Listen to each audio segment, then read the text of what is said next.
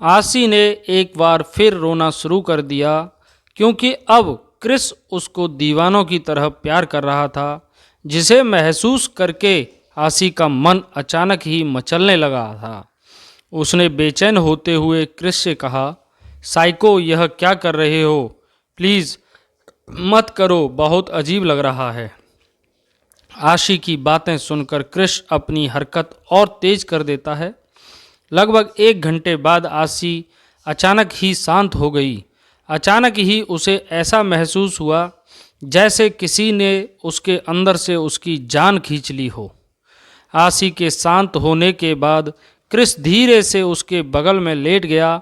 आशी को इस वक्त क्रिस पर बहुत गुस्सा आ रहा था, लेकिन उसकी कुछ भी कहने की हिम्मत नहीं थी। दोनों का चेहरा पसीने से पूरी तरह लथपथ हो चुका था। दोनों काफ़ी लंबी लंबी सांसें ले रहे थे।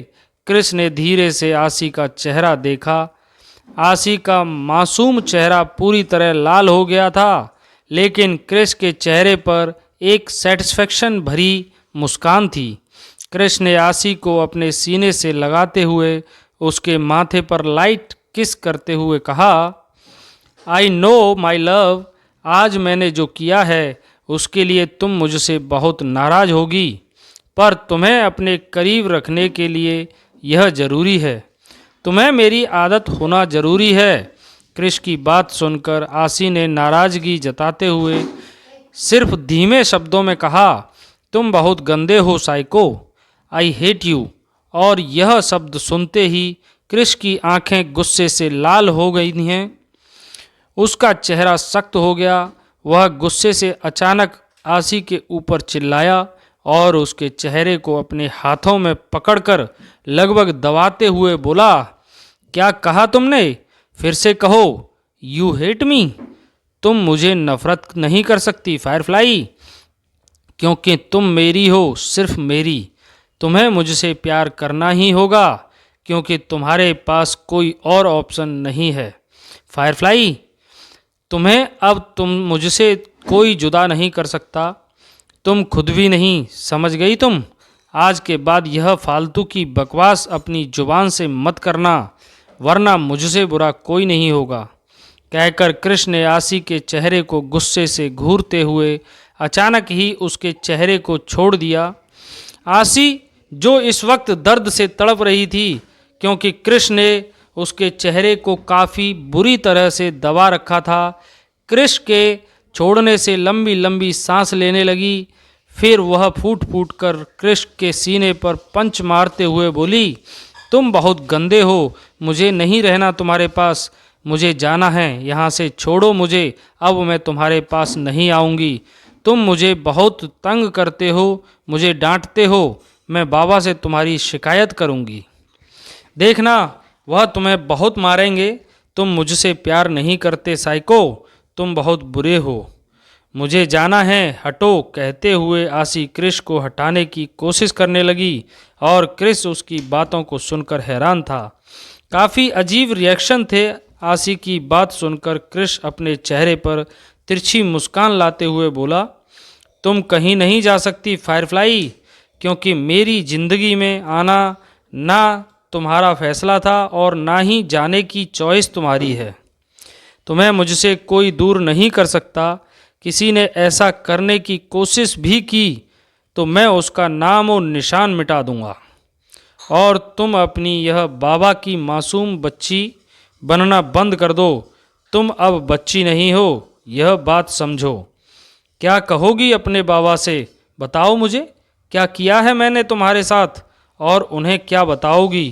क्रिस की बात सुनकर आशी जोर जोर से रोते हुए उसके सीने पर पंच मारते हुए बोली, तुमने मेरे साथ जो किया सब बता दूंगी उन्हें, और सिर्फ बाबा को नहीं, कार्तिक भैया, अथर्व भैया, रुद्र अंकल, निकिता आंटी, कैथी, समर, नताशा, सबको बता दूंगी कि तुम बहुत गंदे हो, मुझे तंग करते रहते हो।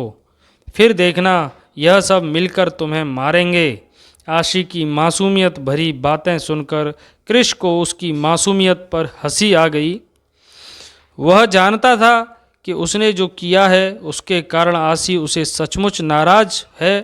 उसने धीरे से उसके होठों पर हल्की सी किस करते हुए कहा, फायरफ्लाई, अब तुम बड़ी हो गई हो, बच्चों जैसी बातें करना बंद कर दो। हम दोनों गर्लफ्रेंड बॉयफ्रेंड हैं। यह बातें बाहर के लोगों को नहीं बताई जाती, समझी?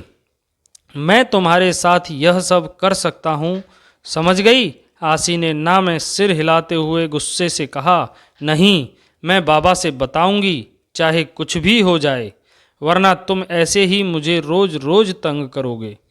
अब कृष को गुस्सा आने लगा था आसी की मासूमियत और बेवकूफ़ी पर।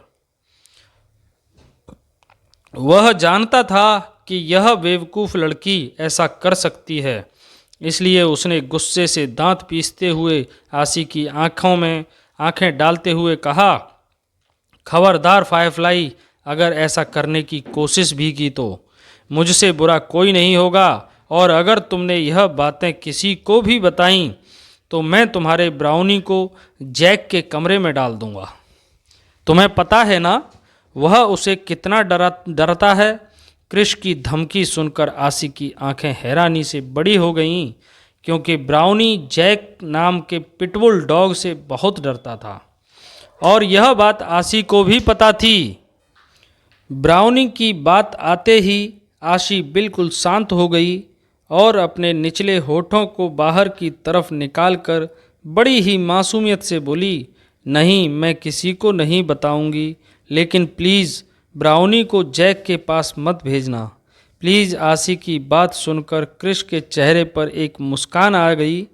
उसने धीरे से आसी के होठों पर किस करते हुए कहा, it's like my love, I love you. Krish की बात सुनकर आशी ने उसके चेहरे की तरफ देखते हुए थोड़ा इमोशनल होकर पूछा, साइको, तो डोंट लव मी, राइट? आशी की इस बात पर कृष उसे नासमझी में देखते हुए गंभीर आवाज़ में बोला, तुम्हें ऐसा क्यों लगता है फायरफ्लाई कि मैं तुमसे प्यार नहीं करता? क्योंकि तुम मुझे हमेशा रुलाते हो साइको, लेकिन हम जिसे प्यार करते हैं उसे कभी नहीं रुलाते।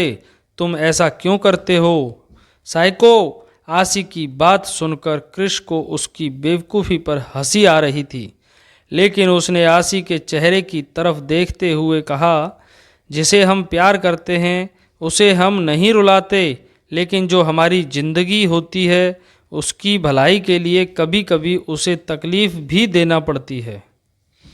आशी को कृष की बातें समझ नहीं आई। वह नासमझी में कृष को देखते हुए बोली, मतलब क्या, तुम सचमुच मुझसे प्यार नहीं करते हो? तो फिर क्यों आते हो मेरे पास साइको? क्योंकि अब तुम मेरी ज़िंदगी हो, मेरी मोहब्बत से पहले मेरा जुनून हो, मेरी सांसों से पहले मेरी धड़कन हो, मुझसे पहले मुझ में तुम हो। आशी को कृष की कोई भी बात समझ नहीं आ रही थी। उसके चेहरे के रिएक्शन भी काफ़ी अजीब थे, जैसे वह अपने सामने किसी एलियन को देख रही हो। कृष जानता था कि उसकी कोई भी बात उसकी पागल फायरफ्लाई को समझ नहीं आ रही। वह अपना सर झटकते हुए अपने आप से बोला, तुम इतनी इनोसेंट क्यों हो फायरफ्लाई? थोड़ी बड़ी हो जाओ, अब सो जाओ, बहुत रात हो गई है। कहकर कृष उसकी बगल में लेटकर उसे अपने ऊपर खींच लेता है। अब आशी कृष के सीने से लगे हुए उसके ऊपर लेटी हुई थी। कृष की इस हरकत पर आशी की आंखें हैरानी से बड़ी हो गईं। वह जैसे ही कुछ कहने वाली थी, कृष ने एक बार फिर आशी को लाइट किस किया और कुछ भी कहने से रोक दिया। आशी उससे बचने की बहुत कोशिश कर रही थी, लेकिन उसकी पकड़ उसकी कमर पर बहुत मजबूत हो गई थी। लगभग 5 मिनट तक लगातार किस करने के बाद कृष उसके चेहरे को देखते हुए बोला, अब अगर तुम नहीं सोई तो मैं फिर से वही सब करूँगा। कृष की धमकी सुनकर आशी अचानक ही डर गई और उसने कृष से रिक्वेस्ट करते हुए उसे रोकते हुए डर के मारे कहा, नहीं नहीं, मुझे बहुत नींद आ रही है, मैं सो रही हूँ, तुम भी सो जाओ गंदे साइको, कहकर आसी ने जल्दी से अपनी आंखें बंद कर लीं और कृष भी हल्के से मुस्कुराकर उसे यूं ही अपने सीने से लगाए हुए अपने पेट के ऊपर सुला लेता है और ब्लैंकेट से दोनों को कवर कर लेता है। अब अगली सुबह कृष आसी को अपनी गोद में लेकर बाथ टब में बैठा हुआ था, लेकिन आसी आज अपना मुंह फुलाकर उसके सीने पर सर रखकर उससे लिपटी हुई थी, क्योंकि वह कृष की रात वाली हरकत से काफ़ी नाराज़ थी। कृष उसकी नाराज़गी को नोटिस कर रहा था। कृष आसी की बॉडी पर हल्के हाथों से बॉडी वॉश अप्लाई करते हुए बोला, क्या हुआ फायरफ्लाई, तुम बात क्यों नहीं कर रही हो? क्या अभी तक नाराज़ हो मुझसे? हाँ, क्योंकि मैं तुमसे नाराज़ हूँ साइको। तुम मुझे हर वक्त तंग करते रहते हो और जब मैं कुछ कहती हूँ तो मुझे डांटते हो। तुमने रात को भी मुझे कितना तंग किया, वह सारी हरकतें, और अब देखो मुझे मेरे होठों पर दर्द हो रहा है और यह कितने गंदे भी लग रहे हैं। तुम बहुत बुरे हो साइको। कहते हुए आसी मासूमियत से कृष से शिकायत करते हुए अपने होठों को उसे दिखा रही थी।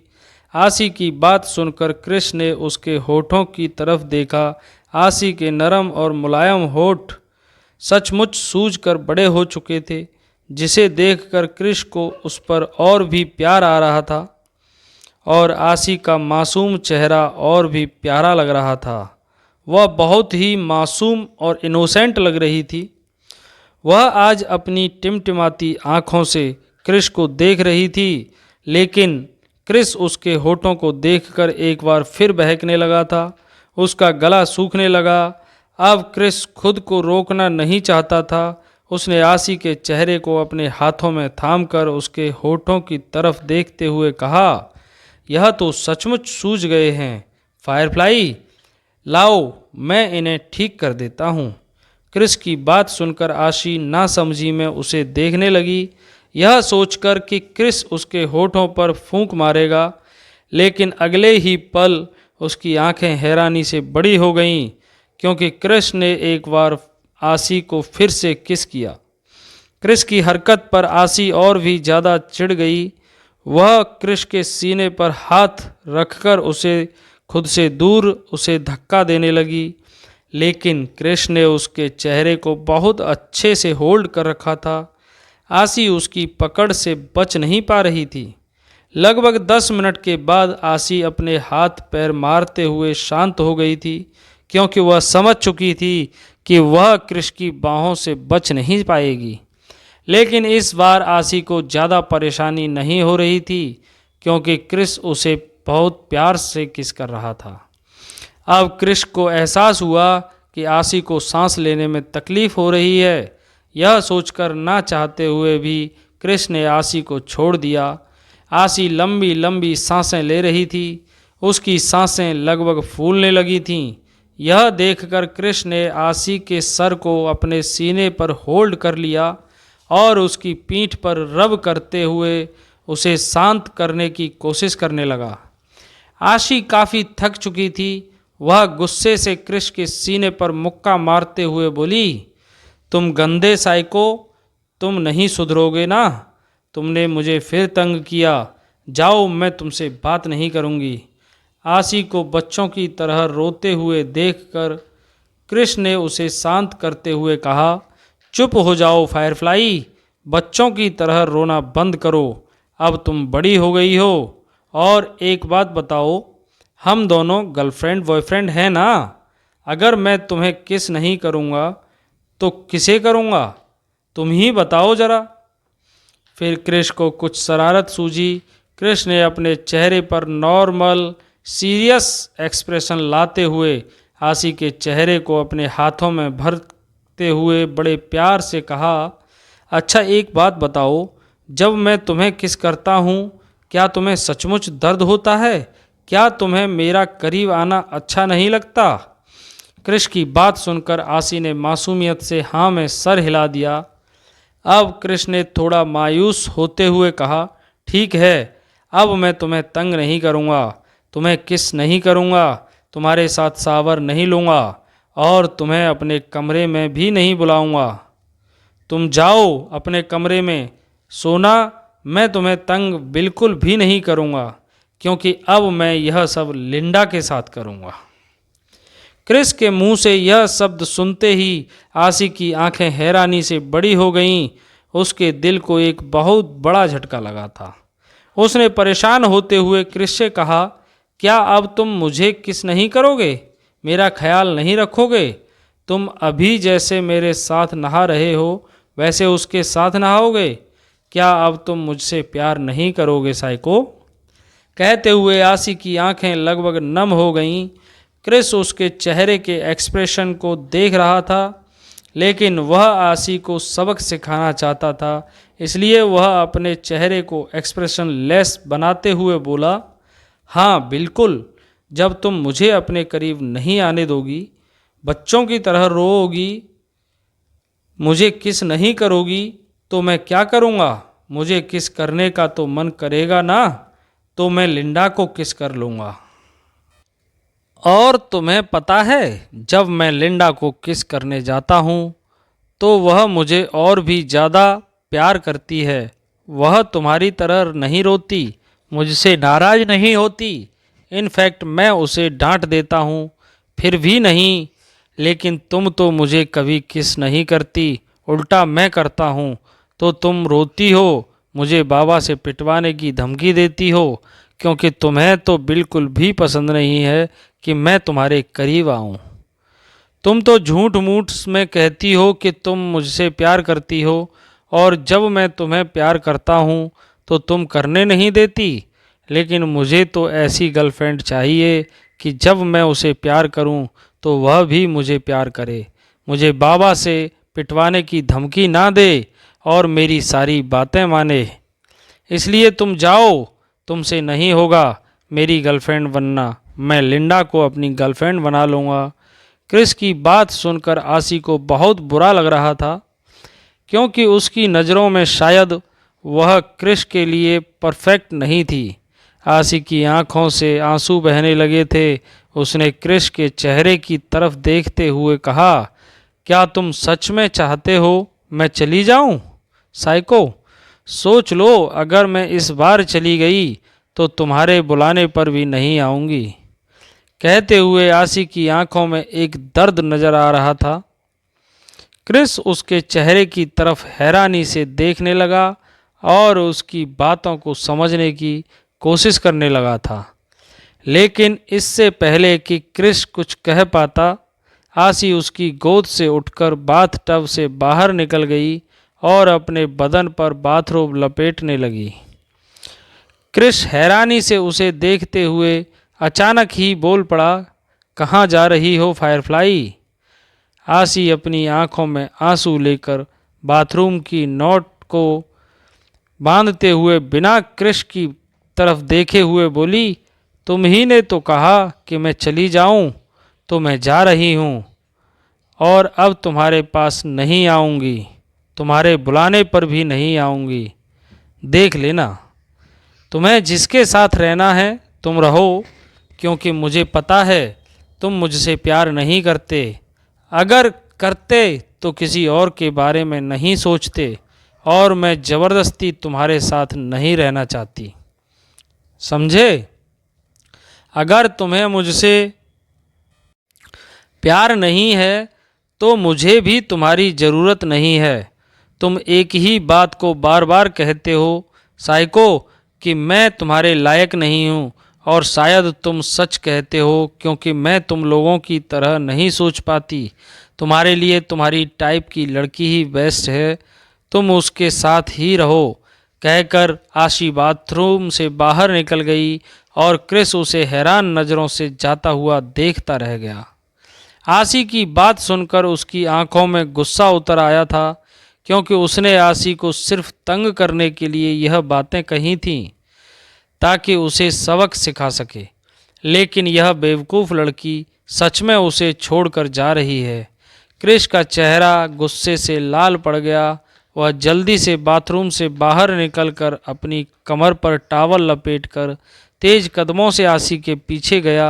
आसी जो अपने आंसू पोंछते हुए इस वक्त बाथरूम में ही थी और बाहर जाने के लिए कमरे के दरवाजे को खोलने ही वाली थी, लेकिन तभी उसे महसूस हुआ पीछे से उसे कमर से पकड़कर अपनी बाहों में लपेटकर अचानक ही बेड पर पटक दिया।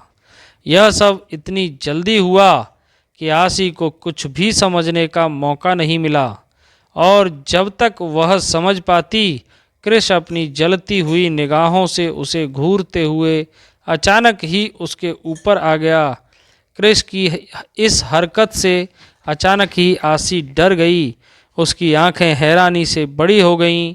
वह डरते हुए कृष को देख रही थी, क्योंकि कृष की आंखों में इस वक्त बहुत गुस्सा नजर आ रहा था, जिसे देखकर आसी को डर लग रहा था। इससे पहले वह कुछ समझ पाती, उस कृष ने उसे चेहरे को अपने हाथों से पकड़कर उसके चेहरे को लगभग दबाते हुए गुस्से से अपनी एक एक शब्द को चबा चबा कर कहा, क्या कहा तुमने? तुम मुझे छोड़कर जाओगी? तुम्हारी इतनी हिम्मत? एक बात कान खोलकर सुन लो फायरफ्लाई, तुम मुझे छोड़कर कहीं नहीं जा सकती। अगर तुमने ऐसा करने की कोशिश भी की तो मैं नहीं जानता मैं क्या कर जाऊंगा। तुम सिर्फ मेरी हो, और तुम चाहो या ना चाहो तुम्हें मेरे पास रहना ही होगा। हर हाल में मैं खुद से दूर नहीं जाने दूंगा, चाहे तुम कुछ भी कर लो।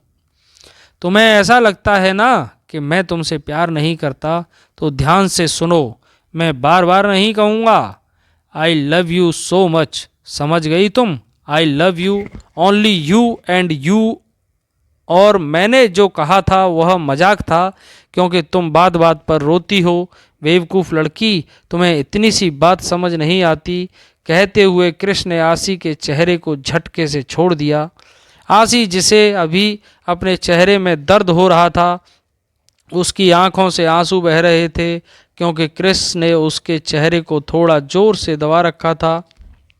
लेकिन कृष्ण की बातों को सुनकर वह और भी ज़्यादा फूट फूट कर रोने लगी और कृष्ण के सीने पर मुक्के मारते हुए बोली, नहीं साइको, तुम झूठ बोल रहे हो। अगर तुम मुझसे प्यार करते तो तुम मुझे किसी और से कंपेयर नहीं करते, क्योंकि हम जिससे प्यार करते हैं वह हमें हमेशा खूबसूरत लगता है, चाहे वह जैसा भी हो। लेकिन तुम मुझे बार बार लिंडा से कंपेयर करते हो। उस दिन भी किया था।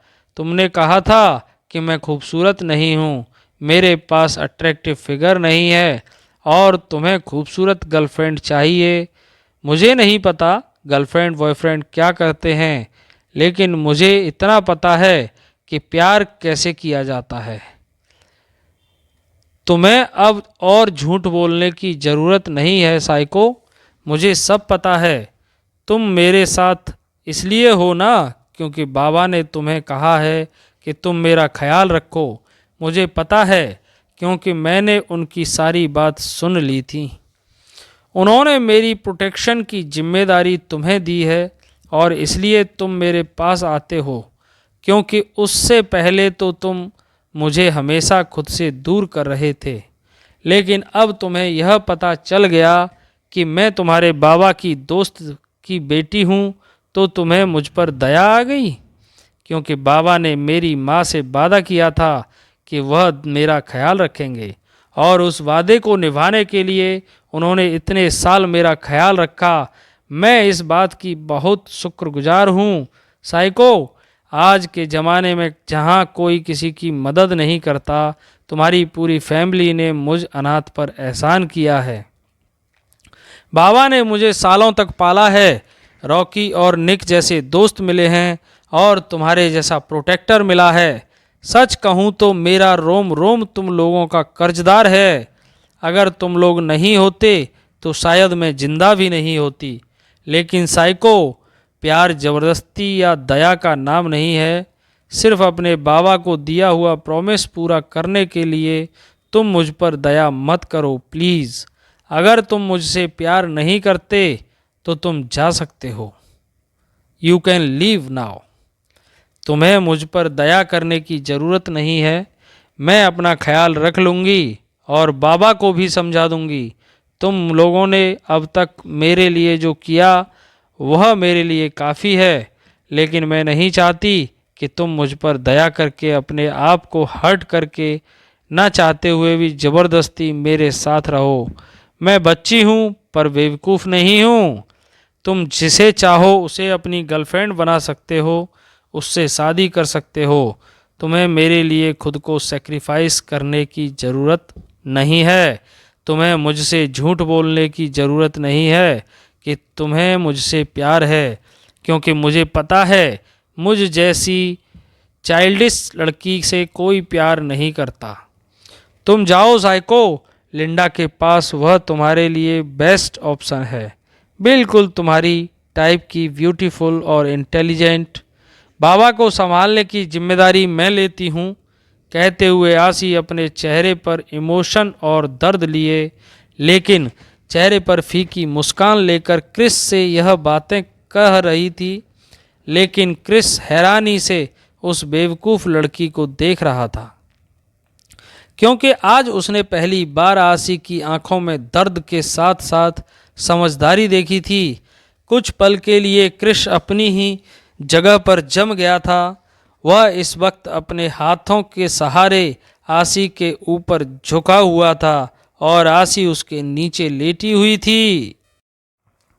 आसी ने अपने आंसू पोंछकर अपने चेहरे पर मुस्कान लाते हुए बोली, हमें चलना चाहिए साइको, सब लोग जाग गए होंगे, ब्रेकफास्ट का टाइम हो रहा है। कहकर आसी धीरे धीरे क्रिस के नीचे से खिसक कर बेड से नीचे उतरी और अगले ही पल वह उस कमरे से बाहर चली गई। और क्रिस हैरान नज़रों से उसे जाता हुआ देखता रह गया। उसे इस बात की बिल्कुल भी उम्मीद नहीं थी कि उसका मजाक इतना सीरियस ले लिया जाएगा, क्योंकि उसने तो आसी को मासूम और बेवकूफ़ समझा था। उसने यह सोचा था कि आसी इनसिक्योरिटी में आकर उसे अपने करीब आने दिल से नहीं रोकेगी, पर यहाँ तो मामला उल्टा पड़ गया। क्रिस इस बात को भूल गया था कि आसी बच्ची है, मासूम है, इनोसेंट है, पर बेवकूफ़ नहीं है कि कोई भी उसे किसी और के साथ कंपेयर करे और यह कहे कि तुमसे बेहतर वह है और तुम मेरे लायक नहीं हो। क्रिस ऐसा पहली बार नहीं कर रहा था, बल्कि इससे पहले भी वह लिंडा को अपनी आसी से कंपेयर कर चुका था, जब उसने रॉकी के लिए आसी को सेक्रीफाइस किया था।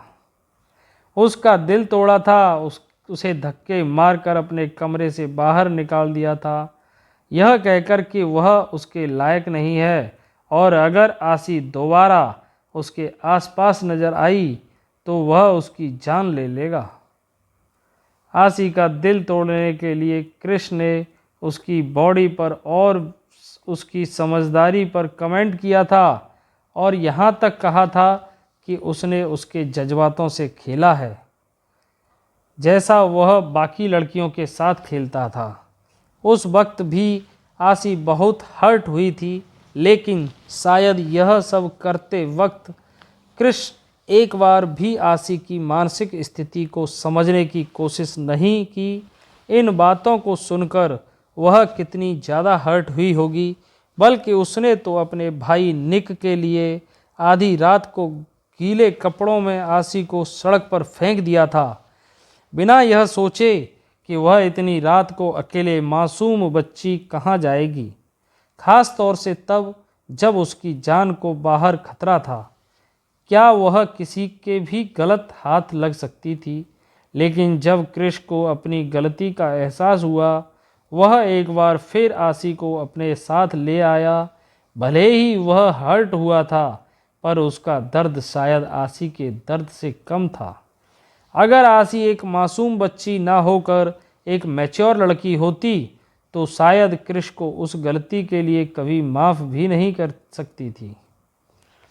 क्रिश के कहे मुताबिक आसी ने उससे दूर रहने की पूरी कोशिश की थी, पर एक बार फिर जब क्रिश का मन किया तो उसने आसी को अपने तरीके से इस्तेमाल किया।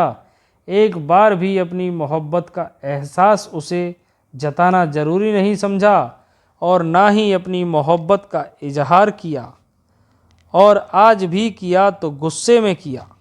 यह तो बहुत ही नाइंसाफ़ी है, बहुत ही गलत बात है।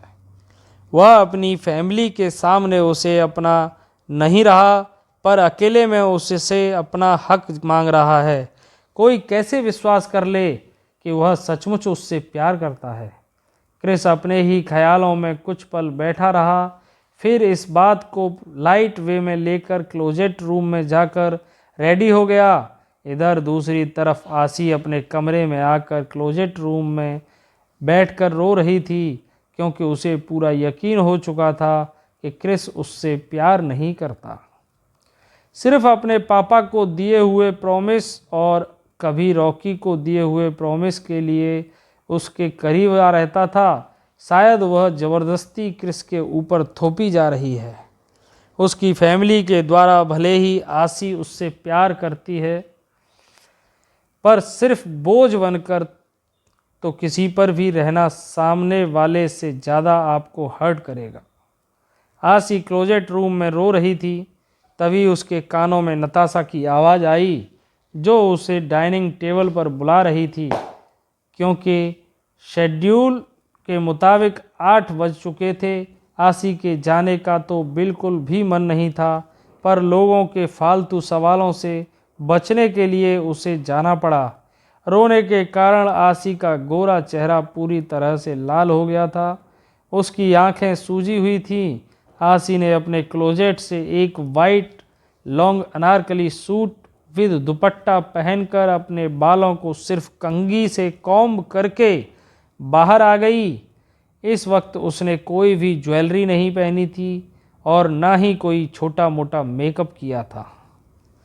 थोड़ी ही देर में सभी लोग डाइनिंग एरिया में थे और ब्रेकफास्ट कर रहे थे।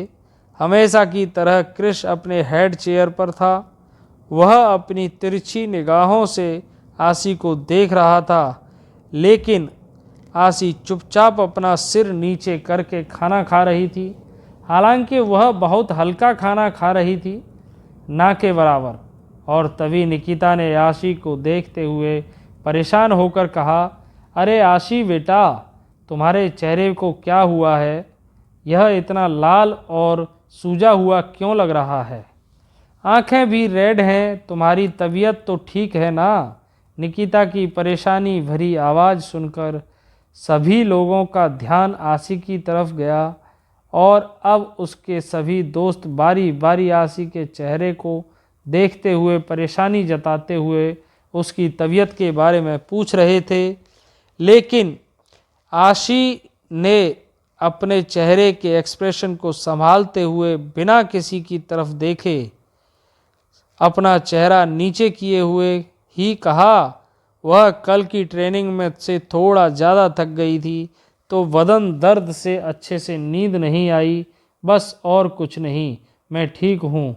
आसी की बात सुनकर नताशा परेशान होते हुए बोली, अरे आसी, तेरी तबीयत खराब थी तो मुझे बताना चाहिए था ना। तू एक काम कर, आज ट्रेनिंग रहने दे और आराम कर। आसी चुपचाप सभी की बातों को सुन रही थी और किसी की बात का कोई जवाब नहीं दिया।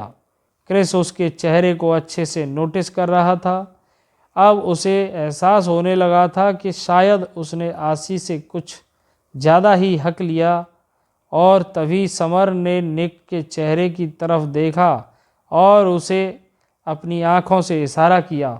समर का इशारा पाते ही निक ने प्लानिंग करके मुताबिक अपना नाटक शुरू कर दिया। ऐना निक को अपने हाथों से खाना खिला रही थी। उसने जैसे ही खाने की वाइट को निक की तरफ बढ़ाया, निक ने अपना चेहरा हल्का सा दूसरी तरफ घुमाया। यह देखकर ऐना ने परेशान होते हुए निक से पूछा, क्या हुआ निक, तुम्हें अपना चेहरा दूसरी तरफ घुमा लिया है, क्यों? क्या तुम्हें खाना पसंद नहीं आया? तुम कुछ और खाना चाहते हो क्या? ऐना की बात सुनकर निक ने अपने होठों को बाहर की तरफ निकालते हुए थोड़ा मुंह बनाकर अपने हाथों और उंगलियों से इशारा किया। दरअसल निक को साइन लैंग्वेज आती थी जिसे रॉकी और क्रिस समझ सकते थे। एना को साइन लैंग्वेज के बारे में इतना पता नहीं था, इसलिए वह नासमझी में रॉकी की तरफ देखने लगी और अब रॉकी ने निक की बातों को ट्रांसलेट करते हुए कहा, मॉम, निक कह रहा है कि वह आप लोगों से बहुत नाराज़ है और इसलिए वह खाना नहीं खाएगा। यह सुनकर सभी लोग हैरानी से निक की तरफ देखने लगे और उसकी नाराज़गी का कारण जानने की कोशिश करने लगे। अरे निक, तुम नाराज़ क्यों हो बेटा? हमें बताओ, हम तुम्हारी नाराज़गी दूर करने के लिए क्या कर सकते हैं? देखो, खाने से नाराज़ नहीं होना चाहिए। खाना खा लो बेटा, अब निक ने दोबारा इशारा करते हुए कहा और रॉकी ने उसकी बातों को ट्रांसलेट किया। मेरे बर्थडे को एक हफ्ता हो गया है, लेकिन क्रिस ने मुझे प्रॉमिस किया था कि वह 4 दिन बाद मुझे हॉलीवुड लेकर जाएगा और डिज्नीलैंड पर उसने अपना प्रॉमिस पूरा नहीं किया, इसलिए मैं खाना नहीं खाऊंगा। निक के ड्रामा को देखकर सभी बच्चों के चेहरे पर मन ही मन मुस्कान थी, लेकिन आसी के चेहरे के एक्सप्रेशन में कोई भी बदलाव नहीं था। उसे देखकर साफ लग रहा था कि उसे इन बातों में इंटरेस्ट नहीं है, क्योंकि वह अंदर से दुखी थी। क्रिस भी उसके चेहरे के एक्सप्रेशन को नोट कर रहा था और निक की बातों को सुनकर उसने बिना किसी ड्रामे के एक ही बार में वह कह दिया, ठीक है, मुझे अपना प्रॉमिस याद है। सभी लोग तैयारी करो, हम लोग 8 दिन के हॉलीडे पर जा रहे हैं। क्रिस के एक ही बार में मान जाने से सभी लोग हैरान थे। उन्हें तो लग रहा था कि उन्हें बहुत नाटक करना पड़ेगा। आसी भी हल्की सी नज़र उठाकर क्रिस को देख रही थी और क्रिस उसे देख रहा था। शायद उसने यह सब आसी के लिए किया था, लेकिन तभी हॉल में सभी बच्चों की खुशी के मारे चिल्लाने की आवाज़ आई, ये ट्रेनिंग से छुट्टी, हम जाएंगे हॉलीडे पर, खूब मज़ा आएगा। ये क्रिस, तुम बहुत अच्छे हो। कहते हुए कैथी और नताशा जल्दी से उसकी तरफ दौड़े, लेकिन उन्हें उनकी तरफ आते हुए देखकर क्रिस ने झटके से चिल्लाकर कहा, स्टॉप, खबरदार मेरे करीब आए तो, और कोई भी शर्त या शोर नहीं करेगा और हमारी टेबल को फिश मार्केट तो नहीं बनाएगा। जाओ और सब अपनी पैकिंग करो, हम लोग 1 घंटे में निकल रहे हैं। क्रिस की रुबाबदार आवाज़ सुनकर कैथी और नताशा डर के मारे अपनी ही जगह पर रुक गई और हॉल में पूरी तरह से शांति हो गई। क्रिस हॉल में बैठे सभी लोगों को एक नज़र देखकर तेज कदमों से सीढ़ी के रास्ते ऊपर जाते हुए बोला, हॉल में जितने भी लोग खड़े हैं सब चलेंगे, 1 घंटे में रेडी होकर बाहर आ जाइए। क्रिस की बात सुनकर वहाँ खड़े सभी लोग हैरान रह गए। हॉल में सभी लोगों से क्या मतलब है? क्या घर के बड़े भी जाने वाले हैं?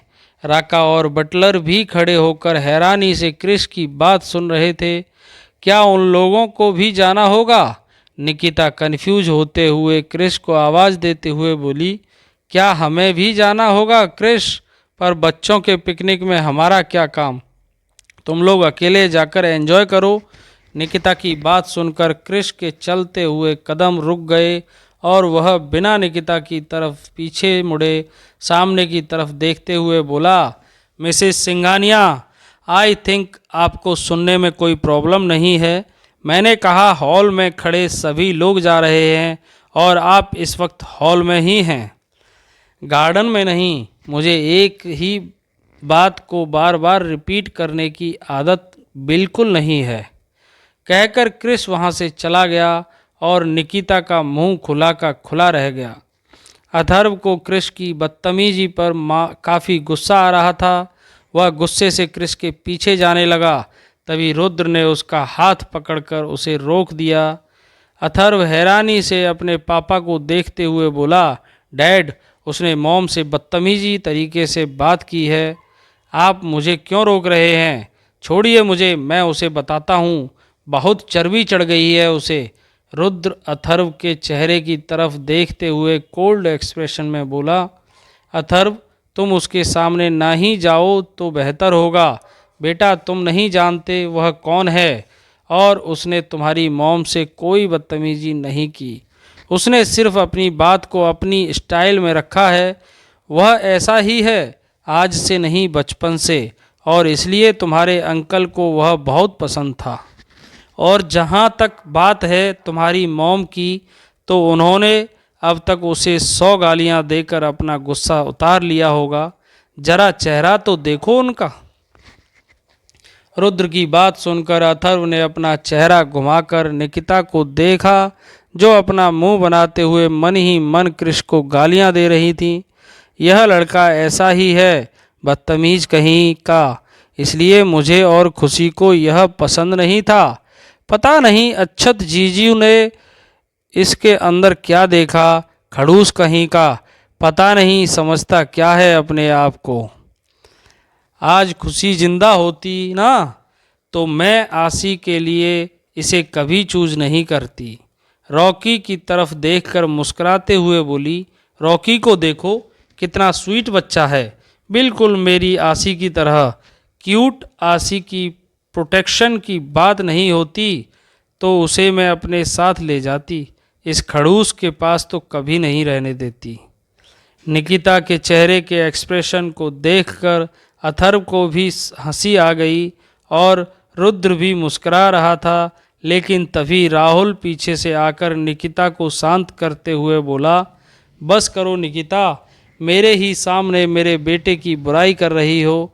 मैं जानता हूँ तुम्हें और खुशी को वह बिल्कुल पसंद नहीं था, पर तुम तो जानती हो वह बचपन से ही ऐसा है। पर वह दिल का बुरा नहीं है, बस जिम्मेदारियों ने उसे ऐसा बना दिया है। तुम समझने की कोशिश करो, और शायद उसका ऐसा होना ही हमारे लिए सबसे बेहतर है। आज वह ऐसा है, इसलिए हम लोग उसके आसपास खुद को प्रोटेक्ट महसूस कर रहे हैं।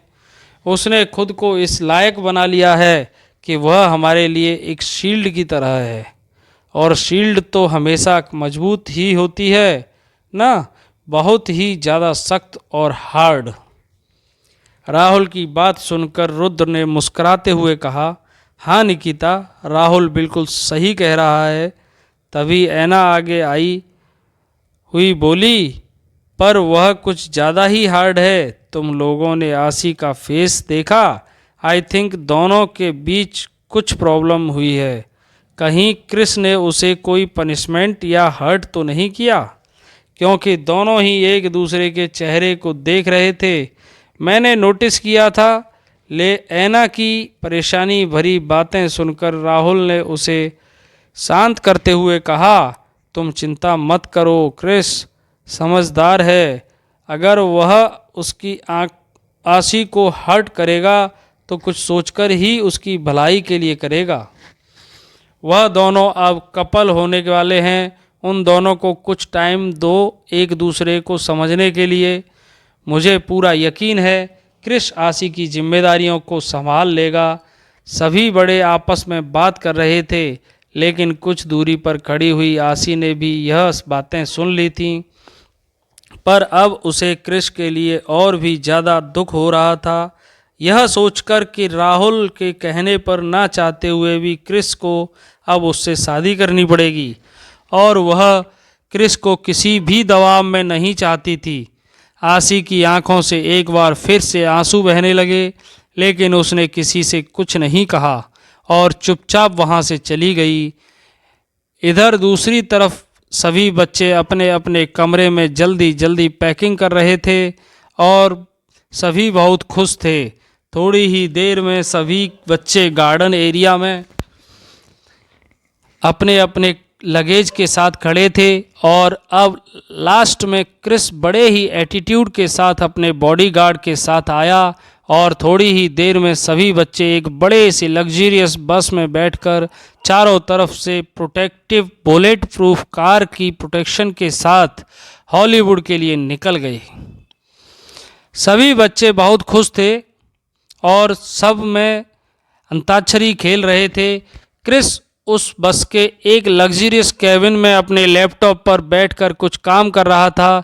घर के सभी बड़े पीछे बॉडीगार्ड्स के साथ आ रहे थे।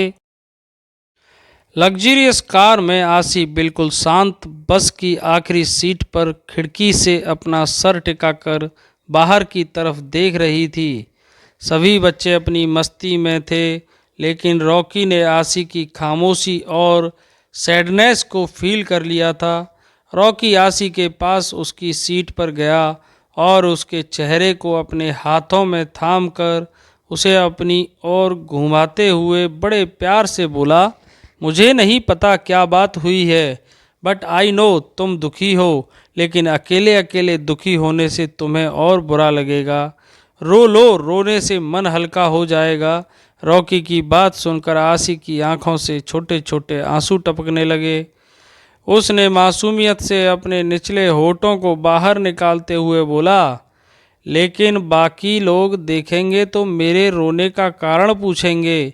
आसी की बातों को सुनकर रॉकी ने उस बस में एक लाउड पॉप म्यूजिक लगा दिया, जिसकी म्यूजिक बीट पर सभी बच्चे डांस करने लगे। बस में ऊंची ऊंची सीट थी और कुछ पार्टीशन लगे हुए थे, इसलिए किसी का भी ध्यान रॉकी और आसी की तरफ ज़्यादा नहीं जा रहा था।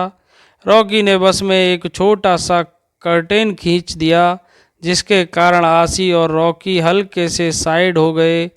अब रॉकी ने आसी के सर को अपने कंधे पर टिकाकर कहा, मेरे कंधे पर सर रखकर रो लो, मैं किसी से नहीं कहूँगा। और अब आसी रॉकी के कंधे पर सर रखकर फूट फूट कर रोने लगी। रॉकी ने अपनी जैकेट उसके सिर पर रख दी ताकि आसी को एम्बैरेसमेंट फील ना हो। आसी को रोते हुए देखकर रॉकी को भी बुरा लग रहा था। वह जानता था कि आसी शायद क्रिश के कारण रो रही है, लेकिन अब वह आसी के लिए सिर्फ उसका दोस्त बनकर रहना चाहता था।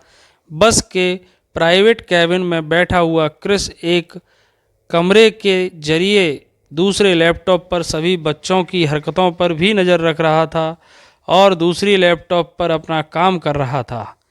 अचानक उसकी नज़र कैमरे वाले लैपटॉप पर पड़ी और आसी और रॉकी को एक दूसरे के करीब देखकर उसके तन बदन में आग लग गई। उसकी नीली आंखें गुस्से से लाल होने लगीं और उसके हाथों की मुट्ठियां कस गईं। आखिर क्रिश गुस्से में आकर क्या करने वाला है आसी और रॉकी के साथ। दोस्तों, आगे क्या होने वाला है, पढ़ने और सुनने के लिए जुड़े रहिए हमारे साथ हमारे चैनल DL हिंदी स्टोरी पर। मिलते हैं अगले वीडियो में अगले एपिसोड के साथ। तब तक के लिए तहे दिल से धन्यवाद। दोस्तों, कमेंट करना ना भूलें।